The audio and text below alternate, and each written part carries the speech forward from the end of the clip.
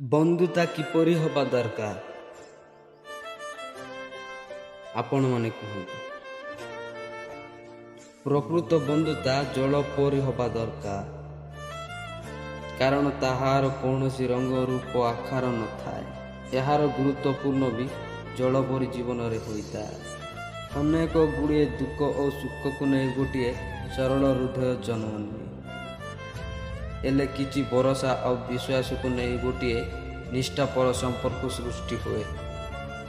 ଏହାକୁ ମଣିଷ ନିଜ ସ୍ୱାର୍ଥ ପୂରଣ ପାଇଁ ଭାଙ୍ଗି ଦେଇଥାଏ।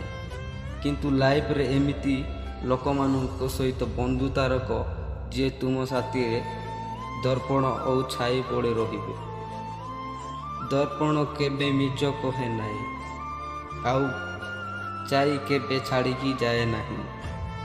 ଜୀବନରେ ଏହି କଥା ମନେ ରଖିବ ଯେ ପର୍ଯ୍ୟନ୍ତ ଆପଣ ଲୋକମାନଙ୍କ କାମରେ ଆସୁଥିବେ, ସେ ପର୍ଯ୍ୟନ୍ତ ଲୋକମାନେ ଆପଣଙ୍କୁ ଚିହ୍ନୁଥିବେ ଆଉ ଜାଣୁଥିବେ। କିନ୍ତୁ ଯେତେବେଳେ ସେମାନଙ୍କର ଆବଶ୍ୟକ ସରିଯିବ ନା, ସେ ଆପଣଙ୍କୁ ଭୁଲିଯିବେ। ଯେପରି ଦୀପ ଜଳିଲା ପରେ ଦିଆସିଲି କାଠିକୁ ଫିଙ୍ଗି ଦିଆଯାଏ।